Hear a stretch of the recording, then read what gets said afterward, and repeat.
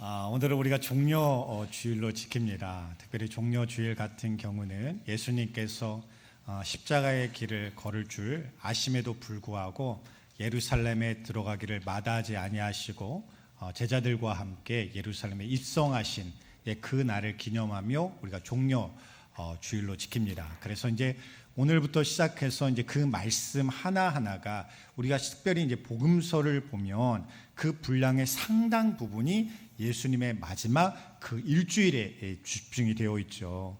예수님의 모든 삶의 기간들도 있었고 또 공생에 또한 3년 이상의 기간이 있었음에도 불구하고 복음서에 집중된 내용은 바로 이 일주일에 기록할 만큼 그만큼 중요한 어떤 내용이 이 시기 가운데 담겨져 있습니다. 그래서 우리가 종려주일로 지키고 또 고난주간으로 지키고 부활주일로 지키는 것은 바로 이 십자가의 그 능력의 주님을 내가 깊이 만나고 지키는 것이 우리의 신앙에서 굉장히 중요하기 때문입니다. 물론 우리가 지금 성경을 읽는 부분은 신약 성경 부분이 아니죠.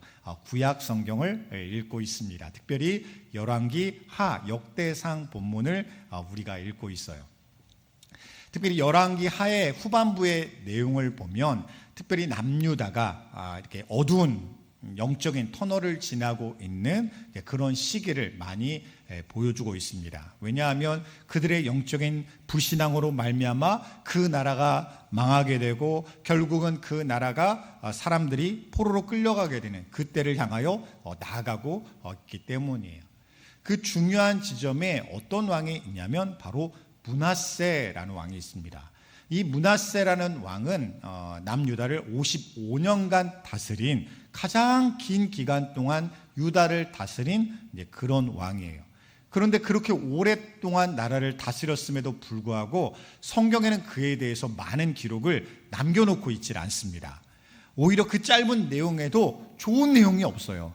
그가 하나님 앞에 어떤 악행을 저질렀는지, 어떻게 유다와 이스라엘 백성들을 이렇게 망가뜨려 갔는지 그런 영적인 잘못된 부분에 대해서 기록을 하고 있습니다.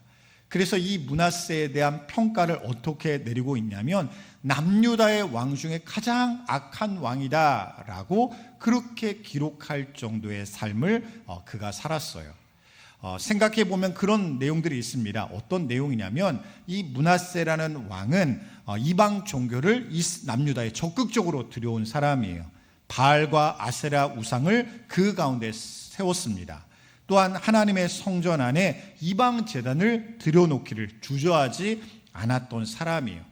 그리고 어떤 기록도 있냐면 하나님의 말씀을 신실하게 믿고 전하는 그런 사람들까지 이 시기에 많이 피를 흘렸더라라는 기록이 이 가운데 담겨져 있습니다.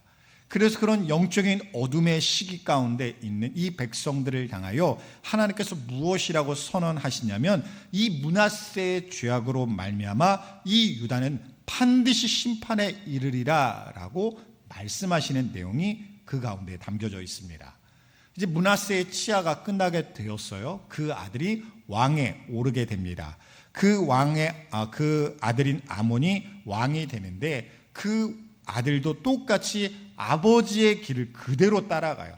그대로 따라가다가 2년 만에 신하들의 반역에 의해서 암살을 당해 죽임을 당하게 됩니다. 그런 어수선한 그런 상황 가운데 한 사람이 왕위에 오르게 되었는데 그 사람이 바로 요시야라는 왕이에요. 할아버지는 나라를 신앙적으로 다 무너뜨려 놓았습니다. 하나님께서 이 나라는 이 죄악 때문에 심판에 이르게 되리라라고는 말씀을 주셨어요. 아버지는 갑작스러운 그런 급사로 인해서 어린 나이에 이 요시야가 왕위에 오르게 됩니다. 이 요시야가 왕위에 오른 나이가 몇 살입니까? 8살이라는 나이예요. 8살이라는 나이에 왕위에 오르게 됩니다. 그런 상황에 왕위에 올랐으니 이 나라가 얼마나 위태롭게 출발하게 되었겠어요. 그 상황이 안전하다, 평안하다라고 말할 수 있는 그런 상황이 아니었을 것입니다. 영적인 유산을 물려받은 것도 아니에요. 신앙의 유산이 그에게 있는 것도 아닙니다. 그럼에도 불구하고 이 요시야는 남유다의 역사에 있어서도 굉장히 하나님 앞에 선하고 거룩한 왕이다라는 그런 평가가 내려지게 되는데, 우리가 열왕기 하의 말씀을 보았지만 역대하에 보면 이 요시야에 대해서 어떻게 기록하고 있냐면, 그가 8살에 왕위에 올랐지만 그 이후에 8년이 지난 후, 즉 16살이 되었을 때 그가 하나님을 찾고 구하였다라고 기록이 되어 있어요. 그는 하나님 앞에 믿음으로 나아갈 수 있는 길이 꽉꽉 막혀 있을 수 있는 그런 환경 가운데 있었음에도 불구하고 16살이 되었을 때 스스로 하나님을 찾고 구하는 그런 믿음의 사람이 될 수 있었다는 것입니다. 이것은 요시야가 대단하다라는 이야기를 하려는 게 아니에요. 이런 어두운 상황 가운데도 하나님께서는 자기 백성을 택하시고 구원하실 때는 이처럼 빛처럼 빛날 수 있도록 그 영혼을 구원하여 주신다는 것입니다. 그리고 나서 이 하나님을 인격적으로 만난 요시야가 20살이 되었을 때는요, 우상의 여러 제단들을 제거하고 무너뜨리기 시작해요. 그리고 26살에는 그의 인생을 바꾸는 굉장한 어떤 사건이 일어나게 되는데, 그 사건이 일어난 배경이 이렇습니다. 요시야가 무너진 성전을 보며 허물어지고 여러 가지 훼손된 그 성전의 모습을 보며 마음을 먹었어요. 어떤 마음을 먹었냐면, 이 성전을 온전하게 제대로 된 모습으로 수리하리라라는 마음을 먹게 됩니다.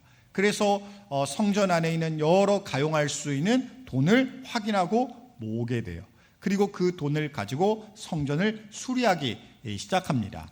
근데 성전을 수리하고 있는 중에 무엇을 발견하였냐면 하나님의 율법책을 발견하게 되었어요. 근데 이 율법책은 이 사람들이 한 번도 읽어본 적이 없는 성경이었습니다. 생각해 보세요. 이 율법책이 어디에서 발견되었습니까? 하나님의 성전 안에서 발견되었어요. 누가 숨겨놓은 것도 아닙니다. 이걸 읽지 못하게 금지시킨 것도 아니에요. 그런데 누구도 하나님의 말씀을 찾지도 아니하고 펴지도 않다 보니까 이 성경이 있는지조차도 사람들이 알지 못할 정도로 까마득하게 구석에 박혀있는 그런 상황이 계속해서 지속이 되어 왔던 것입니다. 그런데 그렇게 아무도 찾지 않았던 그 성경이 하나님 앞에 이 성전을 고쳐지길 원합니다, 이 성전이 고쳐지길 원합니다 라는 마음으로 수리하기 시작하였던 요시야 앞에 그 드러나지 않았던 말씀이 드러날 수 있는 은혜를 그렇게 허락하여 주셨다는 거예요. 결국은 이렇게 찾은 말씀을 가지고 낭독하기 시작하는데, 이 말씀을 들었던 요시야의 반응이 어땠냐면 자기의 옷을 찢으며 회개함으로 기도하기 시작해요. 그 성경을 읽으면서 깨달았을 거예요. 오랜 기간 동안 자기의 나라와 조상과 이 백성들이 하나님 앞에 불신앙 가운데 저질렀던 여러 죄악들이 그 가운데 떠올랐을 것입니다. 우리는 이런 은혜를 받았는데, 이런 구원을 받았는데, 우리는 하나님 곁에 있는 그런 믿음의 백성으로 살아갔던 것이 아니라 이 말씀이 있는지조차도 모르고 이 말씀의 은혜를 구하지도 아니하고 이렇게 살아왔구나. 하나님의 뜻은 여기에 있는데 그 뜻과 상관없이 우리가 옳은 대로 좋은 대로 그렇게 살아왔구나 라는 생각을 하면서 옷을 찢고 마음을 찢으며 그렇게 회개를 하였던 것입니다. 우리가 이 본문의 말씀을 읽게 되는 이유가 있어요. 첫째는요, 우리가 말씀을 읽는 가운데 있기 때문입니다. 우리가 성경을 읽을 때 주시는 은혜가 있어요. 이 은혜가 꼭 내가 말씀을 읽을 때마다 막 이 말씀의 의미가 막 깨달아지고 이 말씀이 내 안에 막 삶에서 여러 가지로 뭔가 막 연결되는, 거미줄과 같이 연결되는 그런 은혜가 곳곳마다 성경을 펼 때마다 우리에게 이루어지고 있냐라고 하면 꼭 그렇지는 않으실 거예요. 어떨 때는 성경을 읽기는 읽는데 의무감으로 읽으실 때도 있을 것이고, 이게 읽는 것이 맞고 있는지, 내가 성경을 읽는 것이 맞는 것인지 라는 여러 가지 생각이 드는 가운데도 성경을 보고 읽고 계시는 분들도 분명히 계실 것입니다. 근데 오늘 본문 말씀하시는 거예요. 그 성경을 펴는 것만으로도 하나님의 역사하심은 시작하고 있다는 것입니다. 우리가 말씀을 저렇게 멀리에 두고 있지 아니하고 내 앞에 두면서 이 말씀을 주신 분이 하나님이심을 믿고 그 믿음 가운데 나아가는 것만으로도 이 말씀은 여전히 내가 알든지 모르든지 우리의 영과 삶 가운데 하나님의 놀라운 역사가 멈추지 않도록 지금도 작용하고 계시다는 것입니다. 그래서 이 말씀을 통해서 결국은 이 요시야가 이 말씀을 가지고 누구를 찾아가냐면 백성들을 찾아가게 돼요. 그리고 백성들 앞에서 이 말씀을 낭독하기 시작합니다. 이 말씀을 들려주기 시작해요. 그리고 언약을 갱신하면서 전국적인 개혁을 단행하기 시작하게 되는데, 그러면서 어떤 명령을 내리냐면 언약책에 기록된 대로 유월절을 지키라라는 명령을 요시야 왕이 선포하게 됩니다. 그런데 이 유월절은 너무나도 중요하고 당연한 절기이지만 오늘 성경을 보면 어떻게 이야기하시냐면 요시야가 지금 이 말씀을 따라 유월절을 지키는 것처럼 지켰던 왕이 아무도 없었더라라고 그렇게 기록이 되어 있어요. 어떻게 이 절기를 잊을 수 있을까? 하나님께서 이 백성을 부르시고 애굽이라는 곳에서 건져 주실 뿐만 아니라 너희의 생명이 하나님께 있음을 날마다 기억하라 라고 정하신 그 절기가 유월절이란 절기인데, 이 절기를 그들이 생명과 같이 지키지 않고 있었다는 것입니다. 단순히 절기를 안 지켰다는 게 아니에요. 형식이 없었다는 게 아닙니다. 하나님이 보시기에는 유월절이 유월절처럼 지켜지질 않았다는 거예요. 하나님은 이 유월절의 절기를 통해서 내가 너희를 오늘도 구원하리라, 너희의 생명을 지키리라, 너희와 항상 함께하리라 라는 그 믿음의 복음의 말씀을 전하고 계시는데, 누구도 유월절의 절기를 통해서 하나님의 마음을 받는 자도 없고 하나님의 말씀을 듣고 행하는 자도 없었다는 거예요. 우리도 고난주간을 눈앞에 두고 있습니다. 부활절을 눈앞에 두고 있어요. 매년마다 이때가 되면 조금은 날짜가 다르지만 우리는 이 절기를 믿음으로 지키고 있습니다. 이때가 다가올 때마다 우리의 마음에 그런 마음이 들 수도 있어요. 또 고난주간이구나, 또 특별 새벽 기도회구나, 또 헌금을 낼 때구나, 이런 생각이 우리 가운데 들 수가 있습니다. 사실은 이 고난주간을 준비하는 저의 마음도 그럴 때가 있어요. 아직 고난주간이 시작도 안 되는데 벌써 힘든 것 같아요. 벌써 마음에 부담감이 가득하여서 이 고난주간을 어떻게 지내야 되나 그런 생각이 저의 마음에 드는 것도 같아요. 그래서 제가 그 마음을 가지고 하나님께 나아갔어요. 하나님, 저는 하나님께서 선물과 같이 주신 그런 고난주간 시간을 준비하고 있는데 왜 저는 이게 힘듭니까? 이게 저에게 왜 큰 짐처럼 여겨집니까? 하나님은 이 보혈의 통로를 지날 때 나에게 그 생명의 주님을 다시 만나게 해주신다 약속하고 계시는데, 하나님이 보화와 같은 은혜를 준비하시고 우리에게 폭포수와 같이 부어주신다 약속하고 계시는데 왜 저는 이때를 기쁨으로 소망으로 바라보는 게 아니라 부담과 어려움으로 제가 기다리고 있습니까? 고난의 방점에 있는 것이 아니라 그 고난을 통해서 나에게 생명 주신 그 예수 그리스도를 바라보는 것이 고난주간인데, 우리는 힘든 짐을 지는 그 부담감만을 가지고 주님을 바라보고 있지는 않습니까? 이런 마음으로 하나님께 기도하게 되었습니다. 이 유월절을 놓치고 있었던 이 백성들을 향해서 다시 말씀을 드러내 주시면서 요시야를 통해서 다시 회복시켜 주신 것은 이 유월절의 하나님, 너희 가운데 사망의 모든 것들이 많은 것들을 심판하고 저주하고 있는 이 상황 가운데도 어린 양의 피로 그 문설주를 하나님의 약속에 의지하여 바른 너희의 가정은 내가 지키리라, 그 가운데 사망이 지나가고 오직 생명만 머물게 하리라 라는 하나님의 은혜를 붙들게 하기 위하여 이 요시야를 통해 이 백성들이 유월절을 지키게 하여 주신다는 것입니다. 우리는요, 하나님을 잊게 되면 결국은 우리의 선택도 하나님을 선택하지 않게 돼요. 하나님을 믿고 의지하지 않게 됩니다. 일이 힘든 게 아니에요. 문제가 큰 게 아닙니다. 그 문제는 언제든지 일어날 수 있고 언제든지 힘든 상황은 우리 가운데 펼쳐질 수가 있습니다.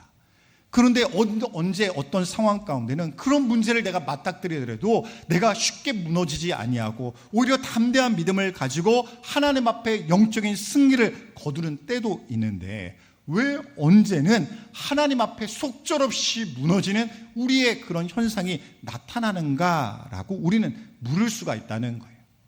오늘 본문의 말씀은 그렇게 이야기합니다. 그 6월절을 지나는 그 이스라엘 백성들을 그 중심에서 지키셨던 하나님이 너희 가운데 계심을 믿고 붙들지 아니하면 너희가 무엇을 가지고 있든지 어떤 능력을 가지고 있든지 너희는 백전백패를 할 수밖에 없다. 언제든지 너희는 승리를 거두는 자가 아니라 영적으로 패배하여 도망치는 자가 될 수밖에 없다라고 말씀하고 계시는 것입니다. 결국은 이 요시야는 성전을 수리하고 하나님의 율법책을 찾으면서 하나님을 깊이 만나는 그런 선택과 결정을 내리게 되었습니다. 그래서 오늘 본문의 22절과 23절 말씀을 한번 보세요. 22절과 23절 말씀 우리 함께 읽도록 하겠습니다. 사사가 이스라엘을 다스리던 시대부터 이스라엘 여러 왕의 시대와 유다 여러 왕의 시대에 이렇게 유월절을 지킨 일이 없었더니 요시야 왕 18째 해에 예루살렘에서 여호와 앞에 이 유월절을 지켰더라. 아멘. 그렇습니다. 하나님의 말씀이 그 가운데 들어가니 요시야가 어떻게 해요? 하나님 앞에 나아갔다는 거예요. 단순히 절기를 지켰다는 것이 아니라 여호와 앞에 유월절을 지켰더라라는 믿음의 결정과 선택을 내릴 수 있게 되었다는 것입니다. 수백 년의 기간 동안 놓쳤던 것이지만 하나님의 말씀이 그 가운데 임하니 그 수백 년의 공백이 이렇게 무의미할 정도로 순식간에 은혜를 회복하는 역사가 그 가운데 일어날 수 있게 되었습니다. 그런 은혜를 받았던 요시야가 어떠한 철저한 회개와 순종 가운데 나아가게 되었을까? 그게 24절 말씀인데요. 우리 24절 말씀 함께 읽도록 하겠습니다.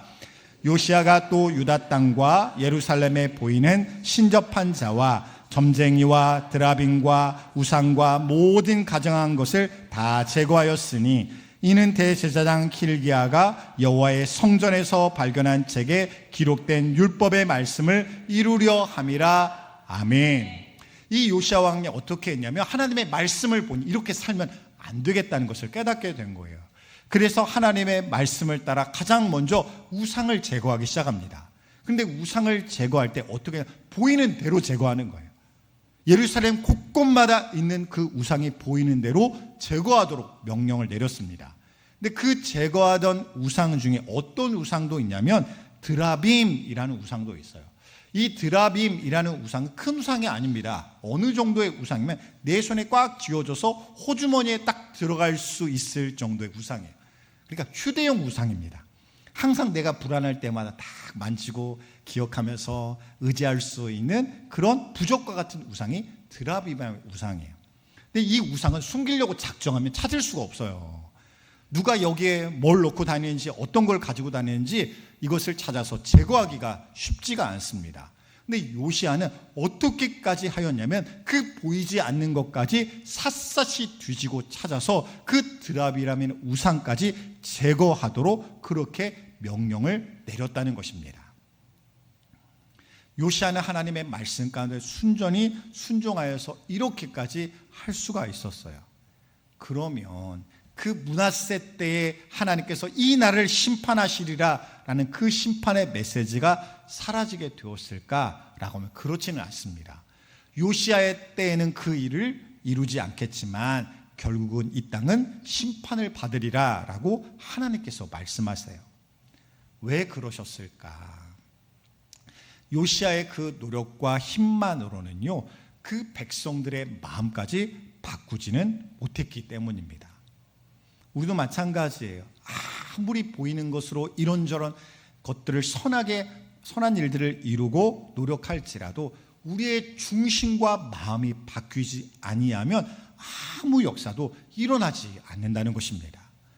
특별히 우리가 고난 주간에 바라고 구하는 것은요, 내가 기도했지 라는 것도 중요하고, 이 고난 주간에 주신 은혜를 가지고 내 신앙의 삶을 다시 회복하리라 라는 믿음의 결단도 너무나도 중요하지만, 결국은 예수 그리스도께서 오늘도 나를 도우실 것을 믿고 나가는 믿음의 중심을 회복하는 우리 모두가 될 수 있길 원합니다. 그렇게 될 때 우리의 삶의 모든 것들을 그 십자가의 길로 방향 전환을 하게 하여 주셔서, 그저 보이는 것만 수리하고 이렇게 고치는 것에서 그치지 아니하고, 보이지 않는 우리의 마음속까지, 우리의 삶의 구석구석까지 깨끗하게 정결하게 고치시고 바꾸시는 하나님의 은혜와 능력이 우리 가운데 임할 줄 믿으시기 바랍니다. 오늘 고난 주간을 맞이하는 우리 가운데 정말 모든 사람들이 하나님의 놀라운 은혜를 받고 내 중심을 바꾸시며 내 삶을 바꾸신 하나님의 손에 붙들린 우리의 모든 인생이 될 수 있길 원합니다. 그래서 오늘도 요시아를 부르셨던 하나님, 요시아에게 은혜의 약속의 말씀을 주셨던 하나님 앞에 그 마음을 붙들리고 나아갔던 것처럼 우리의 모든 심령도 하나님의 손에 붙들려 믿음의 길로, 복음의 길로 나아가는 우리 모두가 되기를 주님의 이름으로 간절히 축원드립니다.